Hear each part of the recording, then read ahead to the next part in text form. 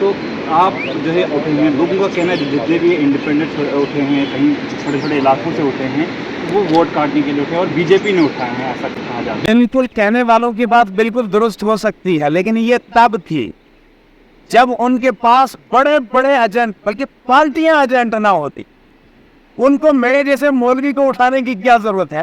ان کے پاس تو ایک بہت بڑی پارٹی پورے جموں کشمیر میں, بلکہ 2-3 پارٹیاں ایجنٹی کا کام کر رہی ہیں. ایک محمد علی کو ایجنٹ بنا کے ان کو کیا ملتا ہے, اور وہ بھی مولوی جس کے چہرے سے بی جے پی کا جو ہے دماغ پھٹ رہا ہے, جس کے دیکھنے سے بی جے پی کا جو ہے سارا لاوا چل رہا ہے. لیکن تو بی جے پی مجھے کیوں کھڑا کرے گی؟ پاس میں آپ بھی کہیں نہ کہیں بی جے پی کے ساتھ رہے.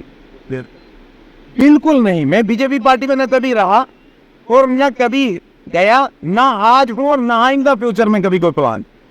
یہ جھوٹا اور بالکل سراسر غلط الزام.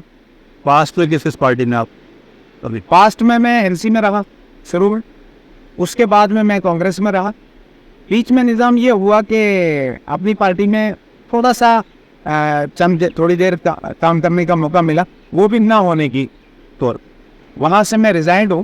اور اس وقت میں اس وقت آزاد امیدوار ووٹنگ کیوں آپ پارٹی سے نہیں تھے, کسی پارٹی سے سپورٹ کیا ہو؟ اس لیے کہ پارٹیاں جو ہیں وہ بڑے بڑے لوگوں کو مینڈیٹ دیتی, پیسے والے لوگوں کو مینڈیٹ دیتی ہے. غریب کے بچے کو اور غریب کو انہوں نے مینڈیٹ دینا کیوں ہے؟ اس وقت آپ کو کیا لگتا ہے کہ اتنا بڑا مقابلہ 17 لاکھ ووٹر آپ جیت پائیں گے؟ دیکھیے, جیت اور ہار اللہ کے ہاتھ میں ہے. کوشش ہماری جیت کی. اللہ وہ ہستی ہے جو 29 کو 92 لکھوا سکتا ہے, یعنی ایک فیل کو پاس کر سکتا ہے. اس میں کوئی نہیں کہہ سکتا ہے کہ ڈاکٹر جتیندر جیتے گا یا لال سنگھ جیتے گا. محمد علی بھی جیت درج کر سکتا ہے انشاءاللہ.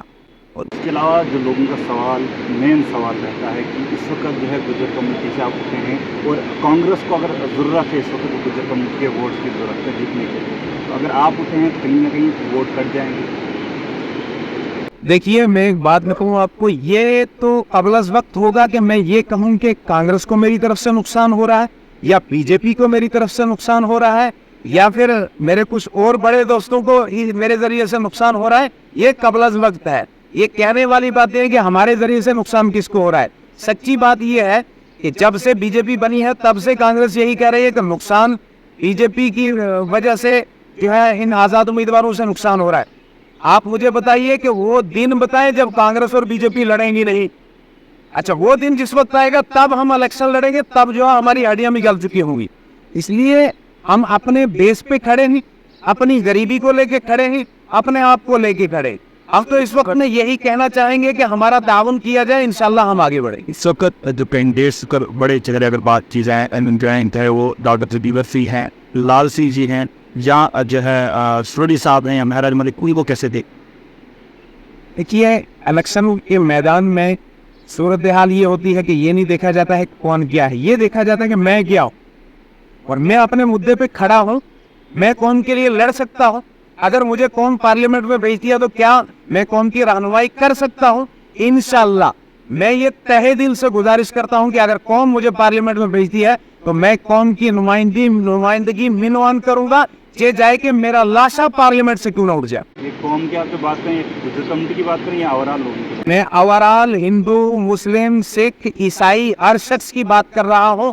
میں صرف گجر کمیونٹی کا نمائندہ نہیں, میں عام انسانوں کا نمائندہ ہوں. میرا بلیو ہے ہیومنٹی پہ, انسانیت پہ. میں انسانیت کے بیس پہ لڑتا رہوں. آج فی الحال آپ کی ریلی تھی ڈوڈا میں, تو آج شاید آپ وہاں نہیں جا رہے ہیں, اس کی خاص وجہ؟ ڈوڈا میں نہ جانے کی وجہ یہ ہے کہ آج جمعہ کا دن ہے اور جمعہ کے دن اچانک کے مجھے ایک جگہ سے انویٹیشن آئی تھی کہ آپ کو جمعہ پڑھانا چاہیے. تو چونکہ میں دھرم گرو ہوں, میں ریلیجیس سسٹم میں زیادہ تر رکھے ہوا ہوں قدم, اس لیے مجھے جمعہ پڑھنا تھا, اس کی وجہ سے میں نے آج کی ریلی پوسٹ پون.